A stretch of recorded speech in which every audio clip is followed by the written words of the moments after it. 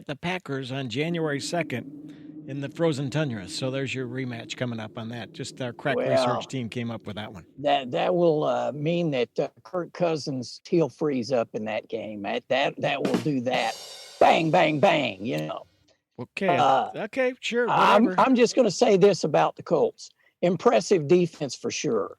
I just don't trust Wentz. Wentz has actually calmed down, and he seems to be into where he doesn't do that absolutely crazy play. Now, he did throw that interception at the 2-yard line a couple of weeks ago, but Wentz is playing better. I think Reich has finally settled him down. So I think they'll be there in the playoffs, and they're somebody that you wouldn't want to play in the playoffs.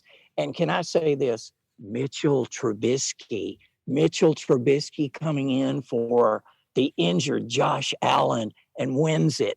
Oh, yeah, it's going to be. Wow.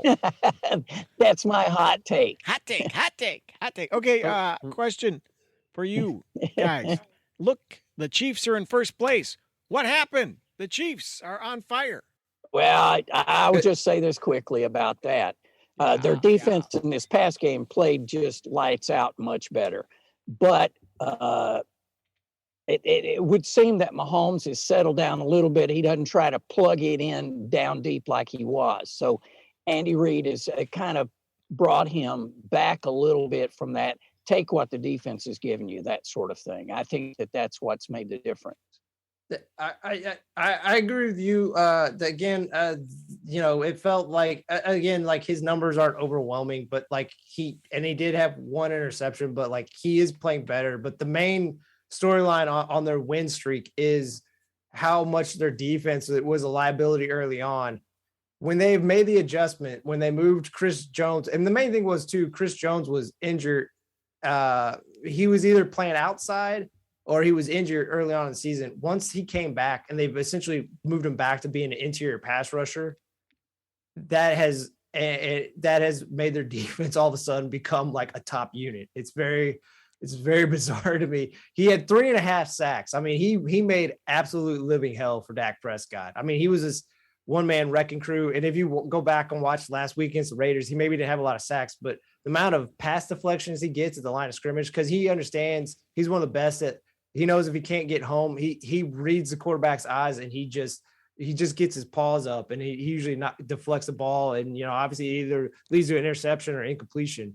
So like the presence of him and Snead had I think 2 picks. And one particularly the big turning point was Snead, not only the first pick against Dak Prescott, but he also maybe it was Ward. Anyway, the big pick was the pick in the end zone where not only did CeeDee Lamb not come up with the catch for a touchdown, he got concussed, and that left them down to just Michael Gallup because they were already without Amari Cooper. So, like I said, it's just impressive how this team has changed their identity. Like I said, like they still have some problems on their offense. It's not fully back yet, but at least they've started to create an identity where Buffalo still seems to kind of waver back and forth a little bit. Yeah. The Chiefs, though, good time to start peaking. It's good times. Andy Reid traditionally in November and December really does well. So that was my only thing. Cincinnati, they did okay. I still can't quite wrap my arms around what they're trying to do a lot of times, but they're okay. I was the poo-pooer of Burrow early on, so I have to say I was wrong about that. But anyway, that was an interesting game. Again, not a pretty game, I guess, for Burrow, but he played well enough. They're trying to lean on the running game more, be more balanced, particularly in the last year, which is a good idea because it just allows hopefully Burrow to stay healthy is the main thing, but also it just opens up deeper passes because teams will, and obviously Mixon's talented enough of a running back to be a focal point like that. And it just gives the defense rest. And you kind of look on the other side, you look at the Raiders, started so hot and just have kind of dwindled these last few weeks. Is that a Derek Carr problem or what? I don't want to put it on Derek Carr. I think I honestly think their roster, they have some great players like Darren Waller, but you look at their running backs, Josh Jacobs is solid, but he's always injured. Derek Carr, I think, is a good quarterback. Again, I know we get into this with Kirk Cousins a lot. I don't know if he's a great quarterback. They have like Yannick Ngakoue and a Max Crosby on defense, who I think are really good players. After those guys, I don't know how many really great players on defense I have. So I just think, I don't want to kill Derek Carr. I just think it's mainly the roster in general isn't that great. But again, since Lugs is eating it, and also since I'm eating it for the Colts, again, I'll eat it again on this one, even though this other team is the shadow of what they used to be. But credit where credit's due to Cliff Kingsbury and the Cardinals. Yes, sir. Colt McCoy. I mean, the way that Colt McCoy is looking like a genuine starter, which I still don't believe that mirage. So, like I said, I want to give most of the, like, again, I was crabbing early on when they were having success with Kyler Murray, because, again, I think Kyler Murray is a special enough player. I think to some level it feels like Cliff Kingsbury is like, just go and do your thing. Like, there's not a lot of instruction. Every man needs his moment. With Colt McCoy, I think Cliff Kingsbury has to construct everything very attention to detail. Like, he is a very big part of any success that like Colt Legos, McCoy, huh? Like Legos. yeah, has created with him. So, like I said, I want to give props to him. The way they have because the one thing he never had at Texas Tech, which he clearly has with Arizona. Arizona quietly, again, since there's a lot of flash and sizzle on the offense with Kyler Murray, with DeAndre Hopkins, with the shadow of AJ Green and local phenom Rondell Moore, their defense is one of the best defenses in the league. And you know, Russell Wilson isn't Russell Wilson right now, but still, like, they stymied them, and that game for the most part was never really a doubt. Okay, so I'm going to ask the question. You said Patriots might be the 1 seed in the AFC.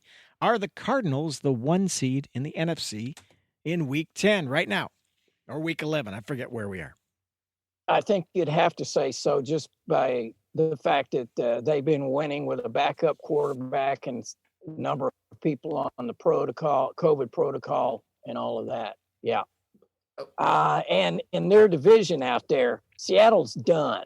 Russell Wilson can go ahead and pack his bags for wherever I would say New Orleans. Next. Okay.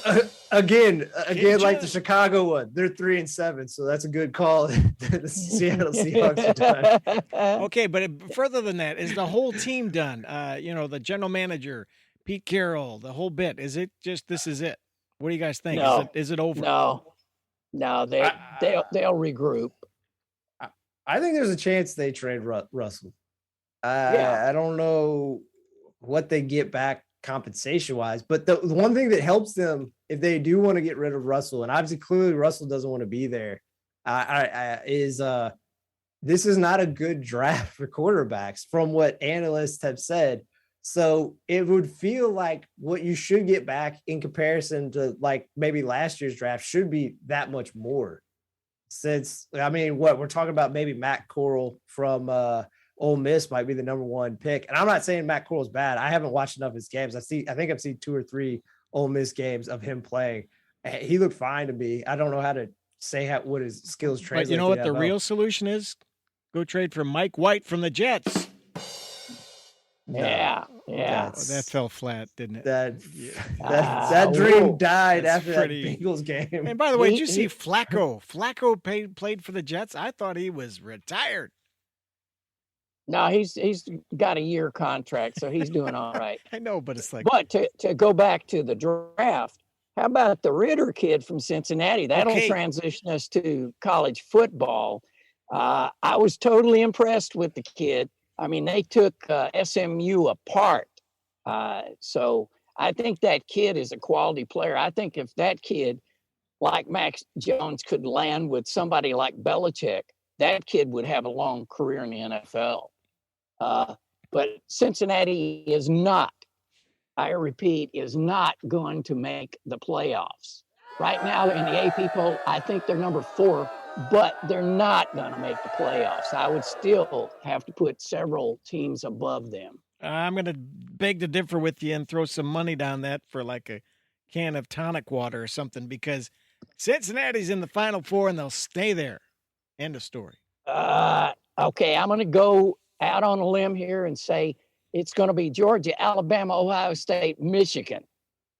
It's just going to be Michigan. Unless Ohio State just obliterates Michigan this weekend. See, I think that Notre Dame will get in the top 4 before Cincinnati could ever, even though Cincinnati beat Notre Dame. Nobody from the ACC? Nobody. Go back. Go back. Who did you say? Where you came from? Who'd you say, Lugs, was in the Final Four for? Georgia, Alabama, Ohio State, Michigan. Wait a minute.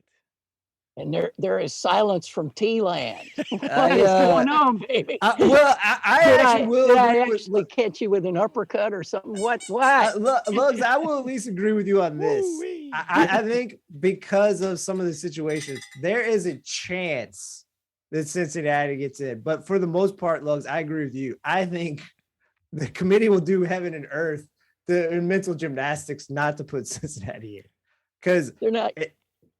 They have one good win. Yeah. I mean, But it's they not have- a great year, and they control their own destiny. If they win out and win big, how can you keep them out? I agree to you to some degree, but I just look at their schedule. They have one good win. And it is a good win. Because to be fair to your point, at least to be fair to your point, J-Boy, any Notre Dame honk who's like, we should get it, is like, look, if Cincinnati's not going to get in, you should definitely not. You can't. And look, again, Notre Dame probably has better wins. We're going to look at their schedule. Oh, yeah, they do. They have a win over Wisconsin that's pretty good. Actually, to be honest with you, they only have one good win. You got a bit of a Weasley schedule. Okay, so that means nobody from the Pac-12, nobody from the Big 12. No. I think Oklahoma. Now, see, that's where I think Oklahoma State? Oklahoma or Oklahoma State.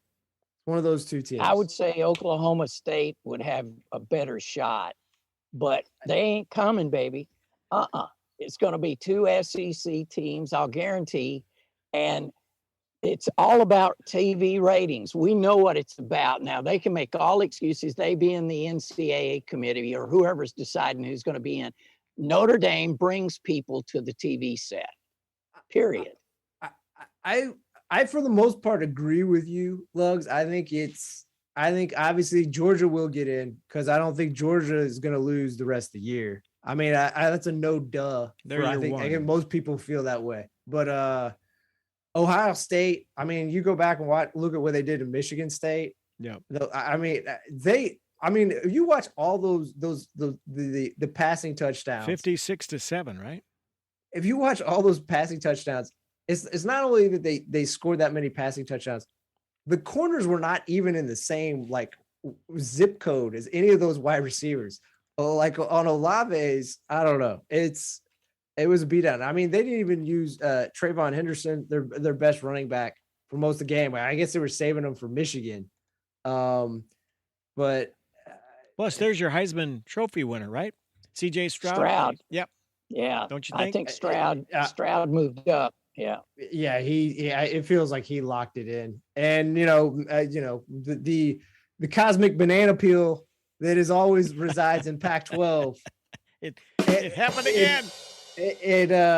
Even though Utah is ranked, the way they obliterated Oregon is completely out now. Well, they got some Nike shoes left, I think. That's and it. Some duck wings. Yeah, the Duck duck sauce, maybe. The Ohio State win is still impressive for them, but the unfortunate thing for them is that was back on September 11th. Right.